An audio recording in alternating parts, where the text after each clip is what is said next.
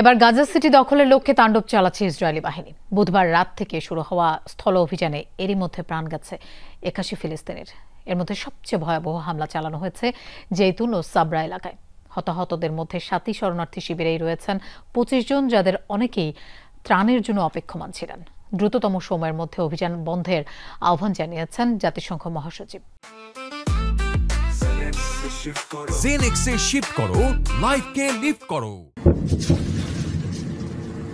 বুধবার রাত থেকে গাজা সিটি লক্ষ্য করে স্থল অভিযান শুরু করে ইসরায়েলি বাহিনী। এর মধ্যে ইসরায়েলি তাণ্ডবের সবচেয়ে বেশি শিকার হয় জেতুন ও সাবরা এলাকা। এই দুই অঞ্চলে বিরামহীন গোলাবর্ষণে বহু ফিলিস্তিনি হতাহত হয়েছেন। এর পাশাপাশি ৭ই শরণার্থী শিবির এবং জাবালিয়া চালানো হয় বিমান হামলা, যার মধ্যে ৭ই রিফিউজি ক্যাম্পে নিহতদের বেশিরভাগই ত্রাণের জন্য অপেক্ষমান ছিলেন। পরিকল্পিত মিশনের এটি প্রথম ধাপ বলে জানিয়েছে আইডিএফ। অপেক্ষার প্রহর শেষ হয়েছে। গাজা সিটি লক্ষ্য করে আমরা প্রথম ধাপের অভিযান শুরু করেছি। এরই মধ্যে এলাকাটির উপকণ্ঠের নিয়ন্ত্রণ নেওয়া হয়েছে, কারণ এখানেই হামাসের শক্ত ঘাঁটি রয়েছে। গেল মঙ্গলবার গাজা সিটি দখলের পরিকল্পনার অনুমোদন দেয় ইসরায়েলি প্রতিরক্ষা মন্ত্রণালয়। এরপরই তলব করা হয় ৬০,০০০ রিজার্ভ সেনা। এর পাশাপাশি ২০,০০০ সেনার দায়িত্বের সময়সীমাও বাড়ানো হয়েছে।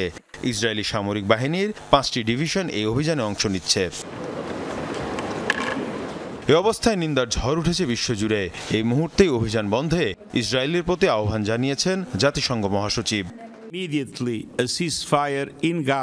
এই মুহূর্তে গাজায় যুদ্ধবিরতি অত্যন্ত জরুরি। এর পাশাপাশি সেখানে থাকা জিম্মিদেরও মুক্তি দিতে হবে। গাজা সিটিতে যে সামরিক অভিযান চলছে তা ঠেকাতে এর কোনো বিকল্প নেই। এদিকে ইসরায়েলি হামলার কারণে দক্ষিণাঞ্চলের দিকে ছুটছেন গাজা সিটির বাসিন্দারা। রেডক্রস কমিটি বলছে, নতুন করে বাস্তুচ্যুতি ও সহিংসতা বেড়ে গেলে গাজার ২১ লাখ মানুষের জন্য পরিস্থিতি আরও ভয়াবহ হয়ে উঠবে। মীর মুশফিক আহসান, যমুনা নিউজ।